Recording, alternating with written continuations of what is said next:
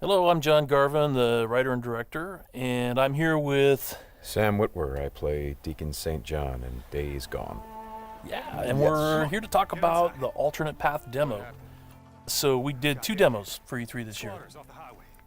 One you guys saw at the media showcase, and this one we showed behind closed doors on the floor at E3. And so for the first time, we're releasing it online so that everybody can kind of take a look at it. And I thought I'd just talk a little bit about, what the differences are, and just kind of just show you what we were trying to accomplish this year. Yeah, I mean, the most obvious difference so far is the last one was nighttime during the rain, and this is daytime during the snow. Yeah, and it's not just cosmetic. And I think that's one of the things we really wanted to emphasize, because this time we're showing sort of a day in the life of Deacon. You see he's on the drifter bike here. We wanted to show a little more of the bike riding and how the weather can kind of impact that. So we have this drifting mechanic, right? You see him kind of slipping and sliding around a little bit. Changes the handling of the bike. That's really interesting. Now, there were wolves there last time, John, and these wolves would pursue you down this road, and then Deacon had to turn his back, shoot a wolf, and he got clotheslined right up there, didn't he? Yeah, exactly. So this time you see that he wasn't being chased by the wolves. That's a dynamic event that can that can happen or not. It just depends on when you're playing the game. Interesting. And this time Deacon saw the ambush and he was able to avoid it. So he kind of comes up and around and behind them. So does weather impacts whether these creatures show up or not in daytime and nighttime, all that stuff? Yeah, absolutely. So especially the freakers, they come out, they're mostly nocturnal, but they will come out as the weather gets colder. They become stronger in the cold. Right. And so that will, again, kind of change up the way the game plays. That's very, very, I kind of love that you decided to do this as a demo to show 2 completely different iterations on the same exact mission in the game. Yes, exactly. So we wanted to have, the job is basically the same. Deacon hears that his buddy's in trouble, rides out to save his life. And, as you can see here, this is a completely different experience from what we showed in the first demo. In the first one, Deacon gets clotheslined, and it sounded very painful, by the way. Oh, speaking of painful, okay, so the combat in this game is fairly brutal. John, you want to talk about that a little bit? Well, we just wanted to make it as realistic as possible. So, yeah, we're not holding back on that at all. And Sam's done most of his own stunt work for this. And I can tell you that when we're on the performance stage and we're capturing that stuff, we just try to keep it real, right? Right. Well, right. There was sort of a decision made at some point. I've been on the project for 2 or 3 years now. Yeah, I think 3 years. And so early on, I think there was a more, what were we? It was more Kurt Russell and sort of a two-fisted thing, and then it turned into, hey, let's take this quite seriously. And what that required is a lot more. Taking this combat stuff and showing the horror of the violence that happens and it were this type of circumstance to take place. I mean, realism, weirdly enough, is the thing we keep going back to when it comes to not just the stunts, but also the performance style. I think, it was very important that it doesn't seem like a bunch of actors, saying lines. It was all very incidental. And we wanted the world to sort of reflect that as well. So you saw there that, Deacon broke into that emergency vehicle and found some supplies. So this is what we're calling our survival vision. So you saw that earlier when he was looking at Manny's bike on the ground. Mm-hmm. And it's just kind of a way of seeing tracks in the world and sort of imagining what might have happened. Mm-hmm. And here I just wanted to point out that you're seeing in this part of the demo that there are freakers there. There weren't there before because it wasn't snowing. It was, and it was getting lighter out. It wasn't getting darker like it is. And so, it changes up the way you can play through the level. And what is this? We call this the meat wall. The meat wall. Yeah, and it's not just there, to make the guys who put them up to seem evil. They're there for a purpose because, again, freakers are living creatures. They eat. That's their primary thing. They want to eat.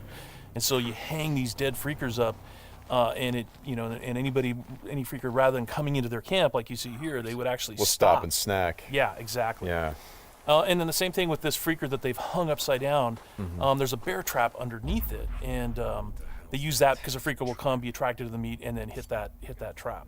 Interesting. Another thing you just saw, by the way, is that tin can. The tin can trap that he that's an alarm that the Marauders will put up. And this is, again, some of the things that Marauder camps just do. And you find these Marauder camps throughout the world. You'll find traps like that, and then if you're careful and you're paying attention, you can avoid them. Because in the first demo, Deacon didn't avoid it, and he set off that alarm. Right. Now this is the same tactic that he used last time. Throws the rock to get someone to lure him over and have him step in the bear trap. But this one plays out a little bit differently than last time. One of the things that struck me, and we've talked about this obviously as we've shot, but there's an effort of the other Marauders to get this guy to shut up, and he won't. Yeah, and so in the first demo, Deacon's heading on down the trail, and you can hear that happening behind him. Right. And this time we're showing what happened. So, he's watching everybody react to this poor guy trapped in the in that bear trap, and she just is like, shut up, shut up, shut up, and then just loses it and shoots the guy.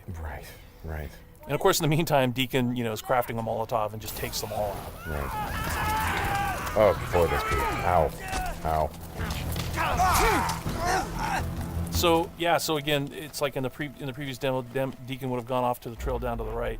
This time he's going to head this way. He follows the tracks, and comes under a sniper attack. Now let me ask you something about the survival. Okay, there's a sniper attack coming, but the survival vision is, if you don't say upgrade your survival vision, can you miss clues? I mean, are there things that you would get if you upgraded your survival vision that would help you complete the mission better? Exactly, and you have to, we have a whole skill tree, and it's all tied to the experience that you can earn as you're just playing through the game, and then you can upgrade those things. What's happening here? We got a freaker tied to a tree. Yeah, so this is another type of trap that Marauders will set. They will they will basically chain freakers to the perimeter of their camps, and they use them as kind of an alarm system. And then that, you saw that Marauder there. He was just tormenting the poor freaker, and then so Deacon kind of takes advantage of that. Well, and you think for a moment that Deacon is the guy. He's sort of helping the freaker by getting the guy that taunted him. Like, no, and then he's going to take the freaker out right afterward. Exactly. And this is a bit of silent sniping using the crossbow. Yeah, so this whole sequence at the end plays out very differently. In the first demo, you saw Deacon use a swarm. He weaponized a swarm, lured them into the camp, and then they kind of did the work for him. There's no swarm in this run-through. Right. So the player really has to go in and use what we're calling our strategic sandbox combat, and that's just, stealth mechanics and setting and using traps, whole arsenal of weapons. You see there's a variety of weapons that Deacon's going to use through this, including the crossbow. He crafts his own bolts. And he's got to figure out how to get up to Manny, just using his combat skills instead of doing it strategically. So straighten me out. Those bonfires, were those there in the previous demo? No, they weren't. Right. So that's another big difference. Is that if you come here during the day, it's like in the media showcase demo, there was like kind of a fight club thing going on. Right. They were punching each other, and everybody was just sort of getting into it. Nobody's really paying attention to what's going on. Yeah. And now it's getting dark and it's cold out. So they've built these bonfires. So.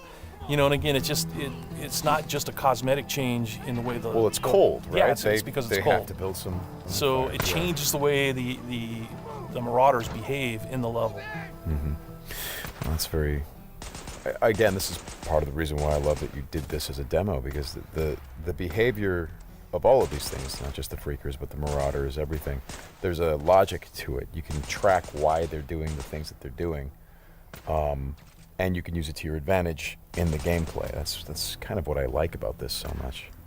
And that's really what we wanted to showcase this year, is that it's an open world game, and everything you see around here. And again, we're only playing this two different ways.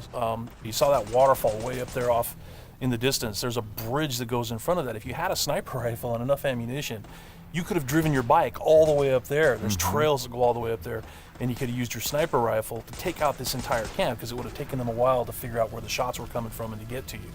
So, that's a different way to play it. There's another way to play it, by the way, where you could have just stealthed in through the entire camp if you had the skills to do it.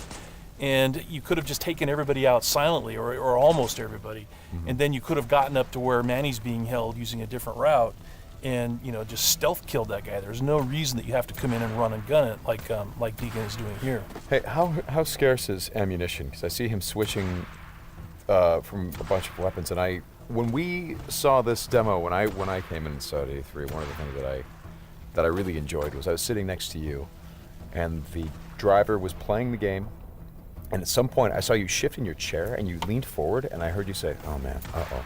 And I'm like, whoa, what's going on? He's like, he's going to get killed. I'm like, whoa, oh. And I leaned forward. I was like, oh, I guess there's some real danger. And one of the things was that he was running out of ammunition.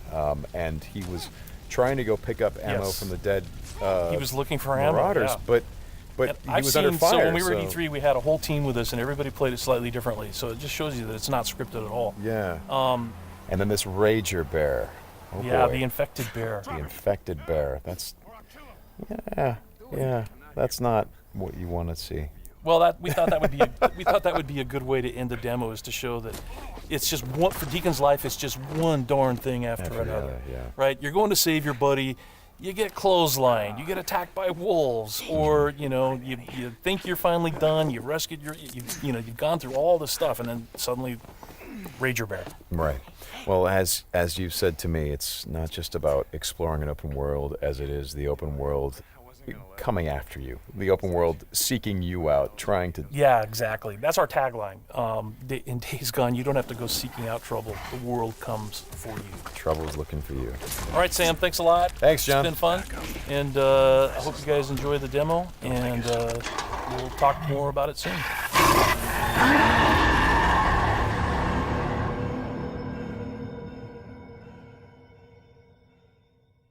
PlayStation